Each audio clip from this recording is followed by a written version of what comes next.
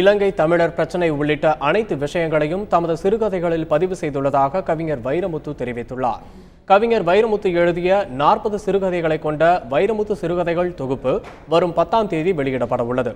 சென்னை காமராசர் அரங்கில் நடைபெறும் விழாவில் வைரமுத்து சிறுகதைகள் தொகுப்பை திமுக தலைவர் கருணாநிதி வெளியிட அதனை நடிகர் கமல்ஹாசன் பெற்றுக்கொள்கிறார். இதுகுறித்து சென்னையில் செய்தியாளர்களிடம் பேசிய வைரமுத்து தமது சிறுகதை தொகுப்பில் இலங்கை தமிழர் பிரச்சினை உள்ளிட்ட அனைத்து விஷயங்களையும் தாம் பதிவு செய்துள்ளதாக தெரிவித்தார். இந்த நூற்றாண்டில் மனிதகுலத்துக்கு செய்யப்பட்ட மிகப்பெரிய அநீதி என்றும் மனித வாழ்வில் நிகழ்ந்த மிகப்பெரிய அநாகரிகம் என்றும் நான் இலங்கை படுகொலையை நான் கருதுகிறேன், வருந்துகிறேன். அதையும் என்ற மக்களே, எங்கட தலைவரே என்ற ஒரு கதையில் பதிவு செய்திருக்கிறேன். ஒரு கசாப்பு கடைக்காரனை பற்றி எழுதியிருக்கிறேன். புத்தரை பற்றியும் எழுதியிருக்கிறேன். இவைகளெல்லாம் நிகழ்காலம்.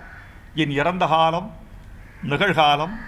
நான் கண்டது, கொண்டது, உற்றது, உணர்ந்தது, பெற்றது, கற்றது, துடித்தது, துவண்டது, அழுதது, சிரித்தது எல்லாமே இதில் சிறுகதைகளாக பதிவாகி இருக்கின்றன.